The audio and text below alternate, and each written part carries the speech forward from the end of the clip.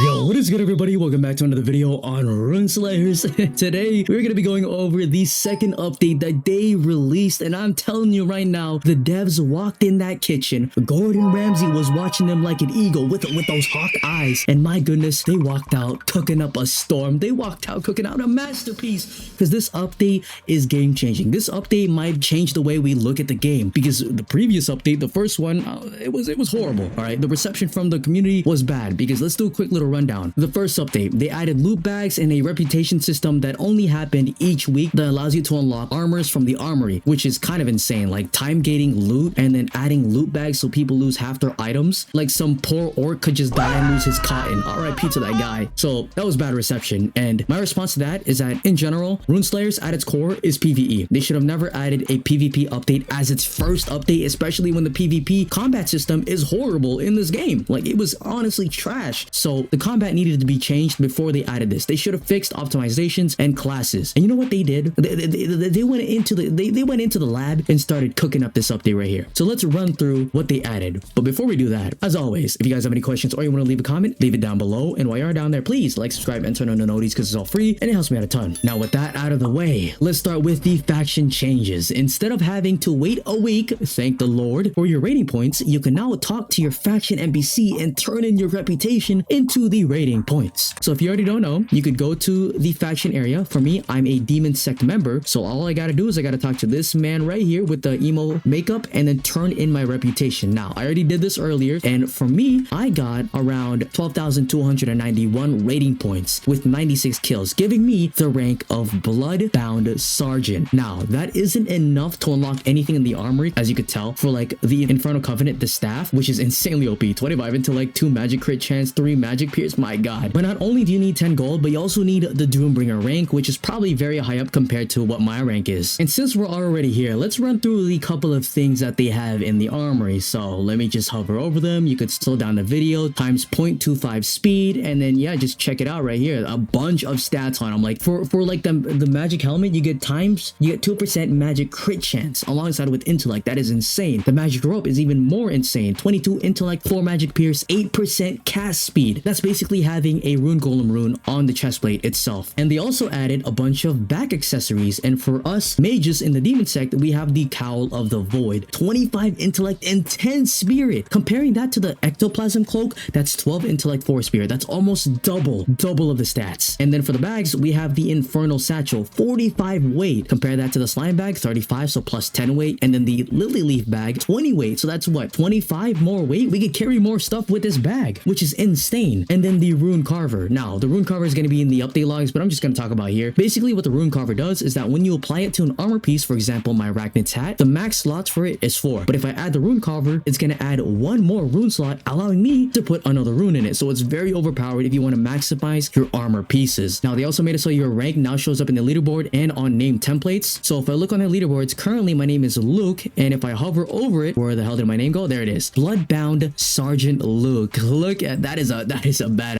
name, I'm not gonna lie. Now let's move on to the base changes. We got 4 times the chances on all rare and legendary items. This is massive, because if you already don't know, people have been grinding for items like Ragnarok, the legendary dagger they could get from the Basilisk, or Golden Fairy, which you can now get from the Treant, and those are super rare drops just because the rates are so low. Because like, for example, if you try to grind for gold using the Mithril, there's like a 1% chance of getting it, and Mithril is insanely hard to mine and it takes a long time to do. It's just very tedious. But with this update, they increase those chances by ×4 for rare, epics, and legendary item drops. Weapons like Ragnarok, Hell Piercer from the Fiends, and plus, we're gonna get ×2 drop rates this weekend. So this is really the time to start playing the game. Like the player count is gonna double, quadruple. It's gonna be insane when everybody's gonna be grinding for this, and the trading server is gonna be popping like no other. This is a huge change, and thank God they added it, because a lot of people are getting frustrated. But now outside of this, they gotta fix the exploiters, because the exploiters are just gonna ruin it. They're just gonna ruin it for everybody, because now they can duplicate items. Because if you already don't know, they were duplicating coins as well. Like somebody offered me like 400 gold for my lucky ring, which is insane. Now they also added 3 legendary weapons, so we still got to find out where those come from. They added double EXP to the C rank jobs. So in Lakeshire, there's a C rank board over there. You could probably walk up and just do a bunch of quests like the Beastman quest, and they'll give you a lot more EXP. Some other base changes that they added was that they lowered the health on problematic mobs, they lowered the damage on Beastmen, and they lowered the posture damage on problematic mobs. So in total, these 3 right here basically made it easier for us to solo prog, to prog with the squad, just in general to progress, all right? Because before it was very difficult. These mobs had so much HP while doing a ton of damage. So these past updates of nerfing these mobs have been very, very good for the economy, especially because this game is PvE and most of PvE player bases are children. So now those children who can't really,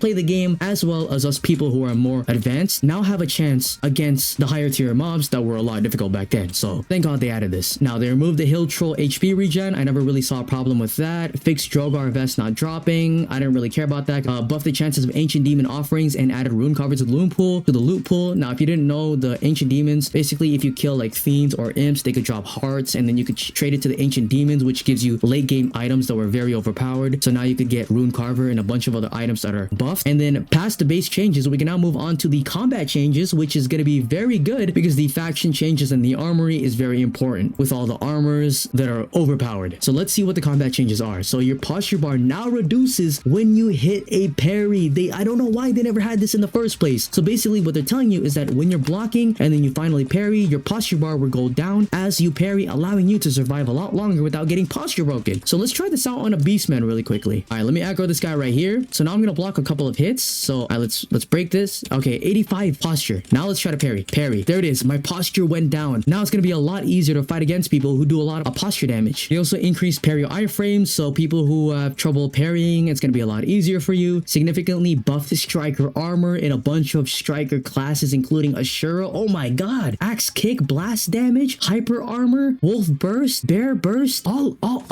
of striker just got buffed insanely. This might be one of the best classes for PvP. My goodness, striker is gonna be an issue. My god. They also buffed shield slam damage, shield crash damage as well for the posture. They also increased iron will, taking away 35% of your allies damage instead of 25. They buffed sand shooter, they buffed flux, they fixed dragon pierce, a bunch of weapons, and also for those who are using sword master, it's going to be a lot easier for you to get flux now. Made holy fire rollable, so for fighting against priests, we can just roll out of the fire. Buff death sickle damage, Grim Reaper's heal, so Dullahan got an insane buff as well. It's going to be a lot more viable. And then finally, buffed Feral Strike's heal, so beast tamers are going to have a lot easier time to heal their companions. But that's basically it. That is the update right there, and honestly I'm really happy with it, and a lot of people in the Discord are happy with it as well. So the devs cooked, but tell me what you guys think. With that being said, I'll see you guys later. Peace.